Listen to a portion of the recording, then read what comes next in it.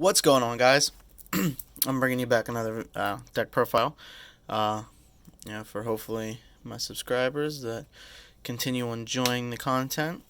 Um, Another thing, I will be hosting tournaments to win some extra cash for online dueling for my patrons. So if you're part of my Discord, you get the tournaments once a month. There will be a cash prize. Not sure yet. Depends how many people chime in. Any tier is eligible to play. Tier 1 even. Okay. Cheapest tier is always eligible to play. So I'm just trying to get you guys, dueling, and hopefully this will get you enough confidence if you do well in these to get out, get to your locals if you're not already, and so forth, I guess. So the deck profile I'm going to bring you today is True Draco. All right. Now mine has a twist on it. I have usually very well, very very good situations that I have always found myself to get out of, and that I've beaten very well. I can beat Salaman Great. I can beat Mystic Burn. I can beat Orcists. I can beat the Sky Striker. Actually, Sky Striker probably has the worst advantage towards me besides Mystic Burn, because Mystic Burn can just go away easily with, as you know, the spells for True Draco. So, True. So, without further ado, let's get started. So, we're going to start with the main monsters that you'll want to summon for the most part. Like I said, I have a twist in mind. Mine is more than a 40 card deck, but mine is not clunky at all. I see the cards I want when I want pretty often enough that I might have bricked one time with this deck ever of playing it. One time. And this is probably my main deck. I've played them ever since they had Masterpiece, 3 dinos, and now that they don't have 3 dynamites, people were like, "Oh, it's dead." It's not dead. It is still very well alive. So, without further ado. Alright, so you're going to want to start with 3 Ignises. Alright, this is a must. I will let you know what musts are in this deck and what musts are not. So, there's 3 of those. 2 of the Majesties. Okay. There is one other card I would love to play. Didn't get it yet. If anybody would like me to buy theirs off them if they have it, is the True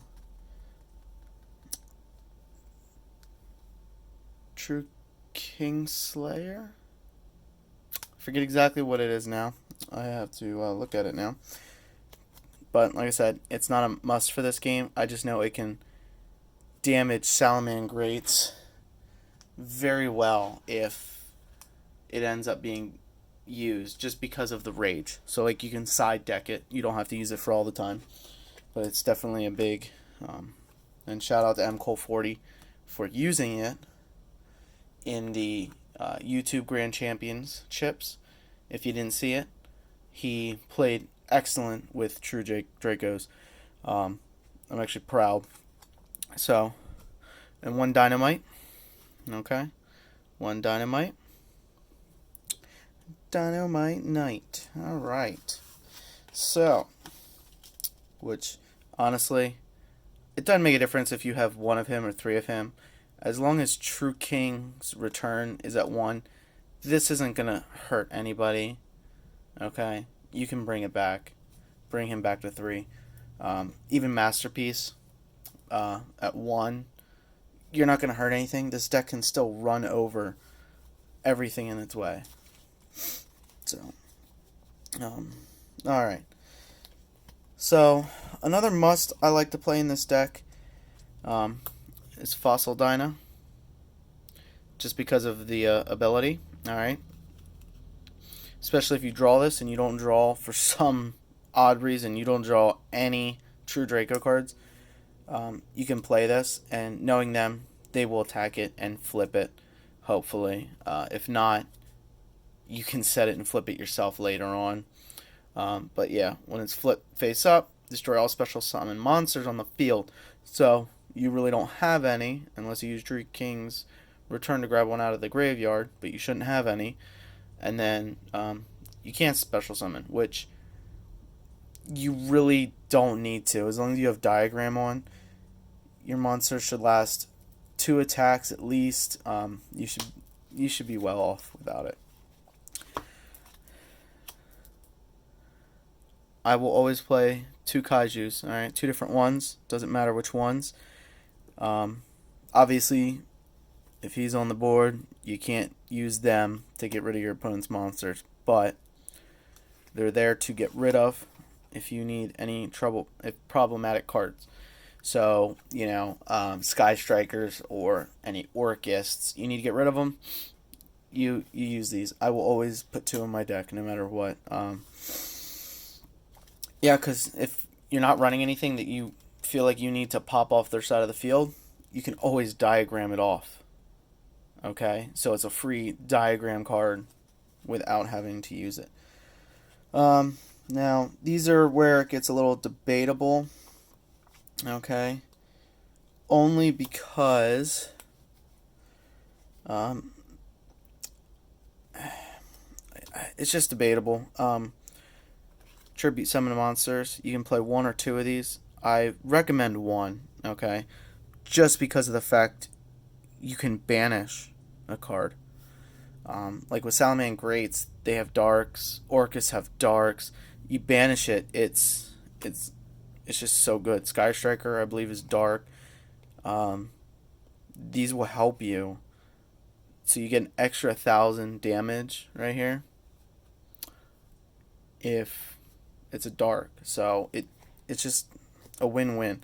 And the reason I play these is because you can get them out just as easily now that Dark Neostorm came out with Crackdown, or Manhunt, whatever you want to call it. And it just works so well. And plus you have the Monarch Storm foiling. So you have 6 different ways to use your opponent's monster to tribute for those. So you can get 2 monsters off the board super easily. Same with Curaz, the Light Monarch. Alright, he pops 2. Alright, and they're just any card. You can pop 2 on the field. So, they get the draw, which is a downside. But if if you have draw and Lockbird, you can lock them out from doing extra stuff. If their deck can end up getting cards on their turn, but for the most part, you'll just pop 2, let them draw 2, and it's not going to hurt for the most part. As many cards as people can draw nowadays. And I do 1 of each of these Mega Monarchs, Zaborg, which is just amazing, and Chaos. All right, they're just both so amazing. So, here's this if you don't know his effect. When you tribute this card by tributing 1 tribute summon monster, if this card is tribute summoned, target 1 card on the field, banish it, and if you do, inflict 1,000 to your opponent. Then, if it was a dark monster, banish all cards with that name from the hand, main deck, and extra deck. So, pretty much, you get, like Salaman Great and Sky Strikers, you banish that card, okay? Because it's any card, it's not a monster. You banish that card, it's golden, okay? Even better if it's dark, because you pretty much just screwed them. So like Thunder Dragons, and like I said before, all these decks have dark monsters in. You banish it, you get rid of all of them. It's actually a good thing. Now Thunder Dragons have their effects. But like I said, we have Ghost Spell to protect stuff from being banished against Orcus, all kinds of stuff nowadays. So, um,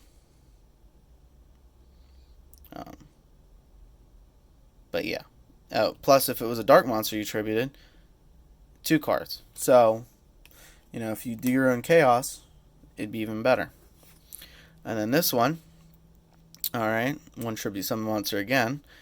And if it was a light monster, and because you don't run any extra cards in this deck, this card is a must play if you play the Monarchs with it. Okay? Because both players send as many cards as possible from their extra deck to the graveyard. Alright? According to the level or rank.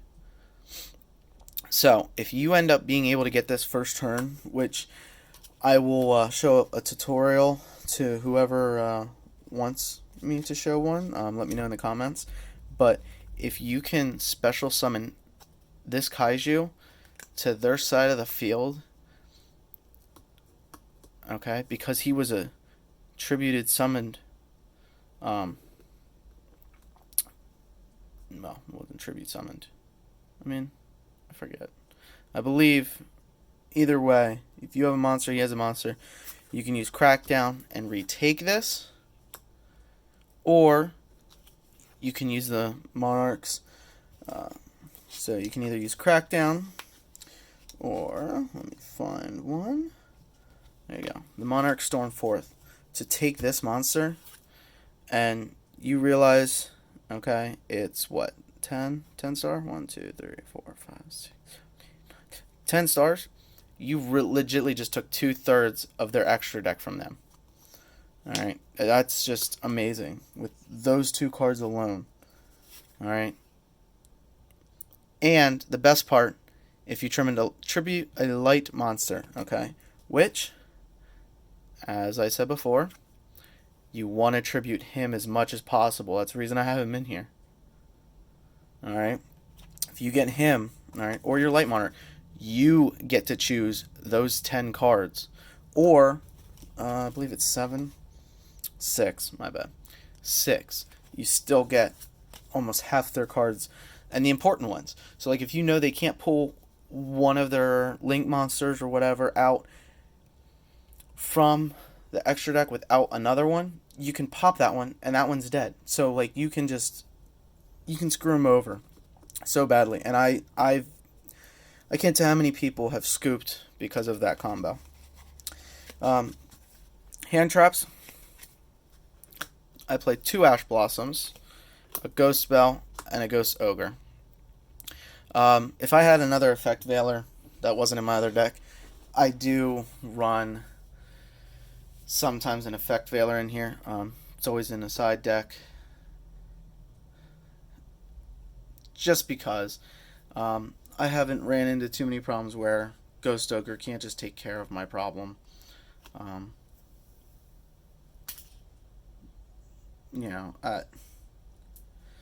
I just don't run into using my Effect Veiler as much. I use my Ghost Ogre. For some dumb reason, I've had both of these in here multiple times.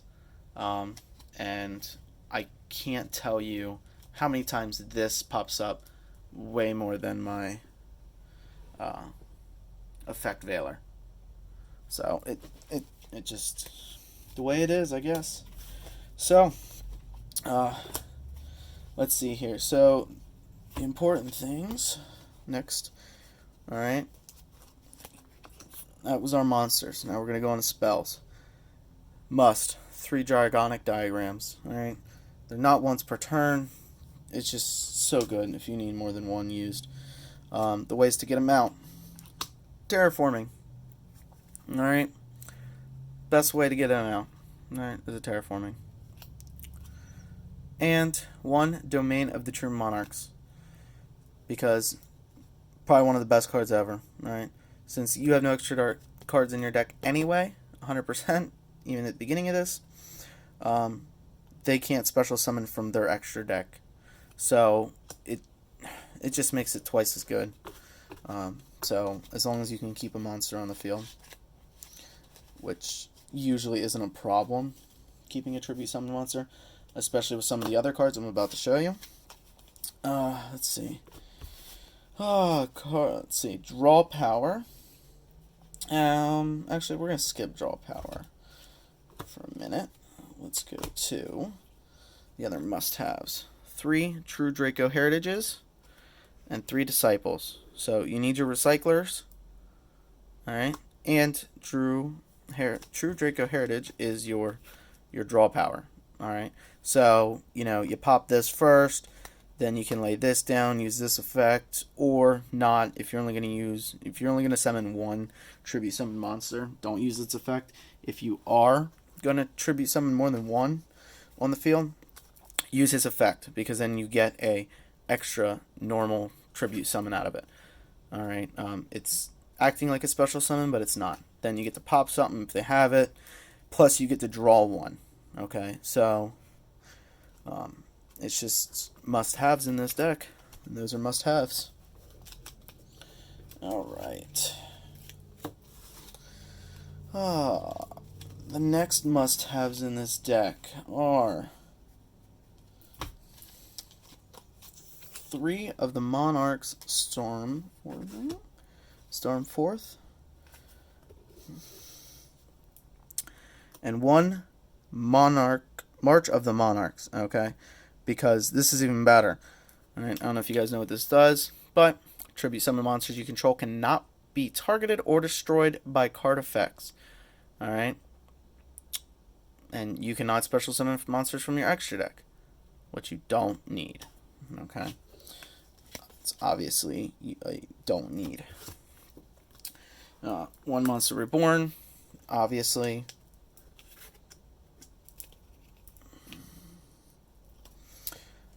Especially if you need something to tribute it, like say you don't have any more true Draco or true King cards left on to sack, you can use Monster Reborn, pull it off, and get your tribute.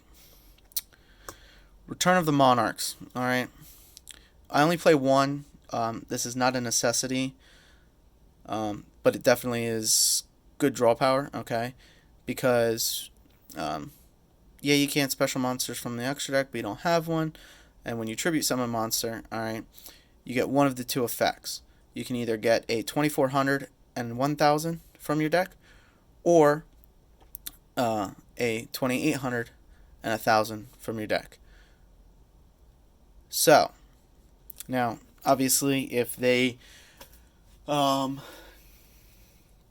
do something, torrential tribute, anything to get that monster off the field, okay, so because then you're screwed. But you got to realize every single Monarch card is 2400 or 2800 and 1000. So if you are summoning this one, okay, perfect time to grab Zaborg, because now you can do the extra deck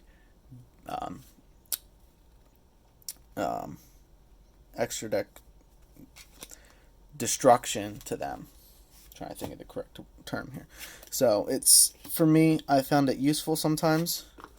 It's not always useful.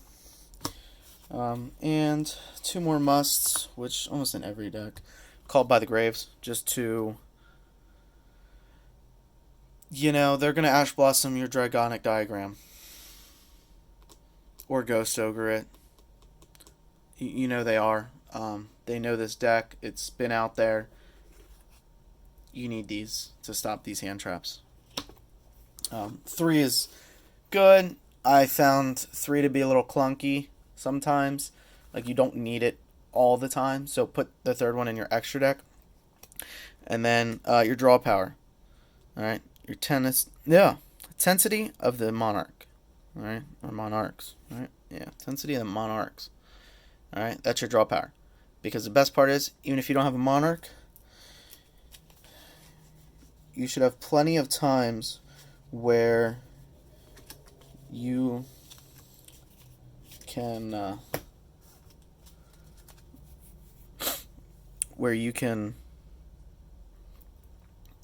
what's the word? Have a card, this card, and you have 6 of them. That's a good ratio to have. You have 6 cards and 2 of these just to draw an extra card for free. All you have to do is reveal one. All right, you're not. It's not like you have to discard one. And actually, I lied. You actually have 8 cards because it's every monarch. I honestly wish this one was what is it, 1,000 defense? Yeah, I wish that one was 1,000 defense. That would be awesome because you could even use him, but you can even get your Zaborg and your both your Mega Monarchs. So you have 8 cards,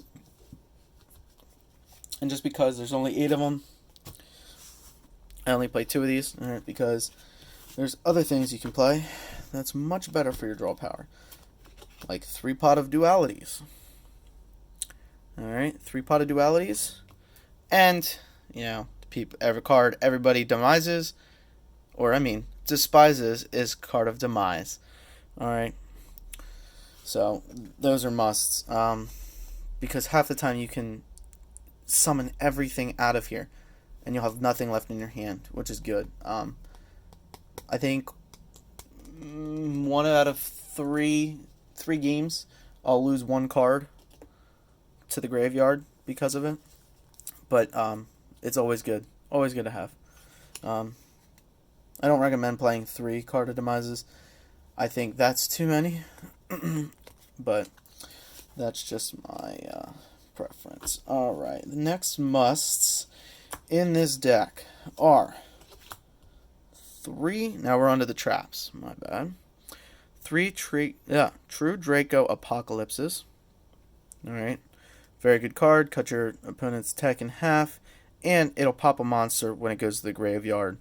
The only thing is you can't pop it, but you can pop a spell if you have one to the graveyard, or